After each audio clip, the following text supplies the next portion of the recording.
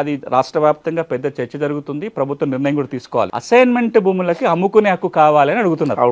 చాలా ఇదే పెద్ద సమస్య. మీరు భూభారం మీద చర్చ జరిగిన ప్రతిసారి మీరు కింద కామెంట్లు కూడా చూడండి. అసైన్మెంట్ పట్టాలు ఇస్తారా, పట్టాలు ఇస్తారంటే ఇప్పుడు నేను చెప్పింది ఏంది, అసైనీకి పాస్బుక్ ఇవ్వచ్చు, అసైన్ నుంచి పేదోడు కొనుక్కుంటే పాస్బుక్లు ఇవ్వచ్చు, కానీ ఇతర సందర్భంగా పూర్తి పట్ట హక్కులు ఇవ్వటం అనేది ఈ చట్ట పరిధిలో రాదు. పక్కనున్న కర్ణాటక రాష్ట్రం చట్టాన్ని మార్చుకుంది. గత సంవత్సరం ఆంధ్రప్రదేశ్లో మారింది.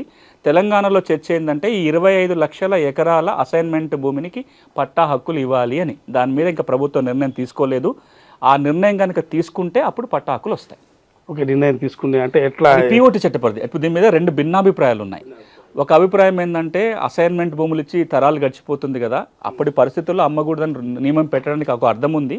ఇప్పుడు వాళ్ళ ఇంట్లో ఏదైనా అవసరానికి అమ్ముకోవాలన్నా అమ్ముకోలేకపోతున్నారు, వాళ్ళ భూమి విలువలు తగ్గిపోతున్నాయి. కాబట్టి పక్కనున్న భూమి పట్టా భూమి అయితే ₹1,00,00,000 పోతుంది, అసైన్మెంట్ భూమి అంటే ₹1,00,000 కూడా అడగట్లేరు. కాబట్టి ఈ 25 లక్షల ఎకరాల భూమికి పట్టా భూమిగా మార్చాలి అని ఒక డిమాండ్. దానికి కాదనే వాళ్ళు ఏమంటారంటే ఈ అసైన్మెంట్ భూములు ఎక్కువగా ఉన్నాయే ఎస్సీ ఎస్టీ వాళ్ళ దగ్గర, ఎక్కువ భూమి వాళ్ళ చేతిలోనే ఉంది.